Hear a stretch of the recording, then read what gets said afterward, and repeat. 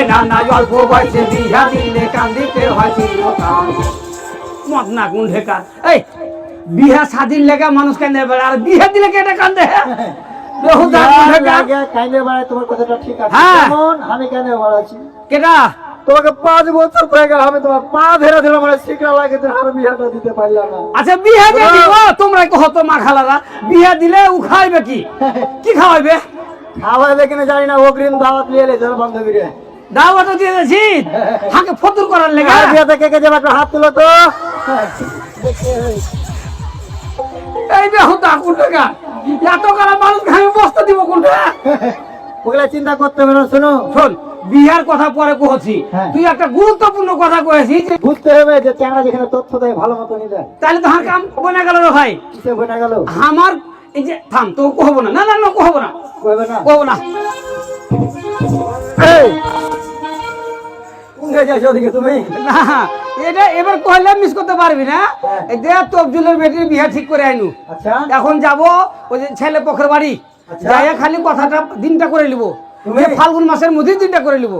সব কিছু হয়ে গেছে এটা ভাঙাতে পারবি না 4 দিন আগে আমি একটা বিয়া ভাঙলো হ্যাঁ বিহার কুফল সম্পর্কে জানানো যার কারণে জানতে পারে ওরা বিয়েটা বাদ করে দিলে আচ্ছা ফের তুমি বিয়ে ঠিক করেছো কিন্তু এটাকে ভেঙে দিবি আচ্ছা তুমি এত ডেড়া কেনে কেটা এই তবজিলের বেটির বয়স কত কত বেড়ে আমি বয়স বুঝি না মাথায় মাথায় সমানে গেলে বয়স কি আছে হ্যাঁ ও ক্লাস 7 এ পড়ছে হ্যাঁ 7 এর বয়সের মেয়ের বয়স কত জি 12 12 আর 18 বছর জুড়তে আরো কত বছর হাতে আছে হ্যাঁ বেহুদা কোন টাকার তাহলে তো শিশুর মধ্যে গণ্য 10-12 বছর কাছে রে তাহলে তুমি সে শিশুটার বিয়ে দিবে হ্যাঁ হ্যাঁ তাই তো রে ভাই তাই তো কহছি না না হ্যাঁ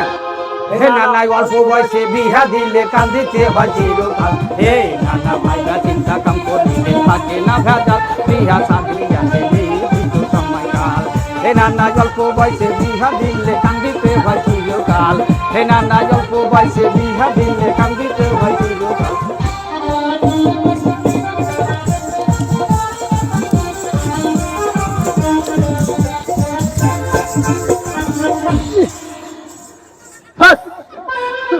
বেহুদা কোন টাকার চৌকিদার ছিল আগে আমি বুড়িয়ে গেছি হ্যাঁ তাও যদি লাছি তো মনে করো অমিত বচন না খুব ভালো লাগলো না সত্যি কথা না নানা নাচটা খুব ভালো লাগলো শোন। আমার পরে এই যে বাল্য বিয়াটা ধারা বুঝতে পারনু তাহলে? যে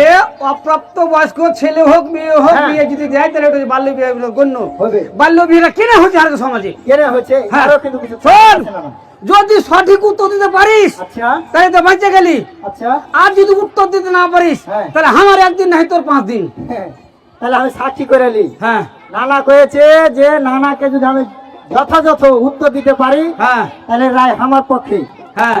আর যদি নানাকে বুঝাতে না পারি তাহলে নানা না রায়টা হবে নানার পক্ষে হ্যাঁ, হ্যাঁ, হ্যাঁ। তোমরা সাক্ষী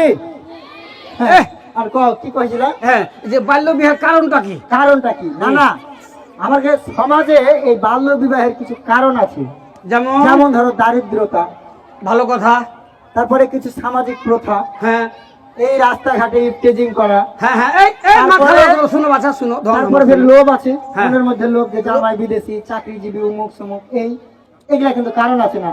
হলো আরো না? কিছু কারণ আছে কি হলো না তুই মেলাটি হলি হ্যাঁ সব কথার এক কথা কি জানিস কি ছোট ছেলে পেলে বিয়ে শাদী হলে যৌতুক লাগে না লাগে না টাকা পয়সা কম লাগে এহ, কত বড় ডিপুর বাটা ডিপু রাইট